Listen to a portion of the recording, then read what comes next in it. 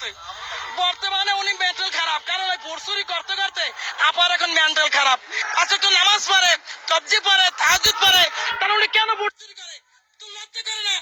তুই দেশের ভোরচুরি করবি কেন? বারবার শুধু বাবাকেই ডাকে, আরে বাবাই মনে হয় জন্মও দেয় না। ও যদি বাপের জন্ম হইতো তাহলে স্বামীর নামও বারবার লইতো, পাশাপাশি স্বামীর মিলাদ দিত, বাবা স্বামীর নামে ভর্তি পালন করতো। ও রোহিঙ্গা গতি আসে আইনা হাজার হাজার রোহিঙ্গাকে অধিকার দিচ্ছে, বিল্ডিং দিচ্ছে, অথচ আমাদের কি দিয়েছে? নাউজুবিল্লাহ নাউজুবিল্লাহ। আমি উনি জাতির পিতা ইব্রাহিম আলাইহিস সালাম, আর আমি জাতির পিতা বানাইছে ওনার আব্বা চান। নামাজ করে আসছে, আচ্ছা তো নামাজ পড়ে, তবজি পড়ে, তাহাজ্জুদ পড়ে, উনি একজন মুনাফিক, তাহলে উনি কেন ভোট চুরি করে? আমাদের অধিকার আমাদের ফিরিয়ে দেয় না। উনি কেমন একজন নেত্রী? আমি নাকি ঘৃণা করি, চি আছি না। তোর লজ্জা করে না? তুই দেশের ভোট চুরি করবি কেন? তুই স্বাধীনতা দেশ তোর বাবে স্বাধীন করতে, তুই সেরকম বলেছে তোর বাবে যেগুলা স্বাধীনতা মনে করেন অনেকের ক্ষমা করে দিয়েছে, সেইগুলো ক্ষমা না দিয়ে ও তাদেরকে ফাঁসি দিয়েছে। জেলার সারাদিন মতো মানুষের গায়ে কোনদিন যুদ্ধের সময় তার কাদা বন্ধু লাগে নাই। সে একজন ছাত্র জীবন ছিল, সে একজন স্কুল ছাত্র ছিল, অথচ ফরজগান নামাজ কালাম পরে কোরআন নয় কিরা করেছে। ও যদি কোরআন মানতো তাহলে ও দিলার সাহেবকে ও মাফ করে দিত। ও মিথ্যে মিথ্যে তার নামে একটা অজুহাত দিয়ে তারে কইছে সে রাজাকার, সে রাজাকার ছিল, সেই ছিল মিথ্যে দিয়ে তারে শেষ মাস তারে মৃত্যু বরণ করে ছাড়ছে। ও কি আছে? ওর কিনা ভালোবাসে দেখেন আমারে। এক নম্বরের বাবে ছিল কম বছর, ও হয়েছে পড়ছো। তারপর আর ছেলে এই বাপের নাম ঠিক মতো কইতে পারে না। দেখছেন বাবার নাম কইতে পারে?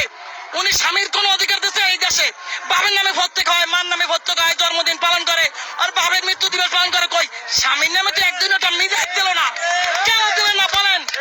বারবার শুধু বাবাকেই ডাকে, আরে বাবাই মনে হয় জন্মও দেয় না। আমার বিশ্বাস মনে হয় বাপের জন্ম হয়নি।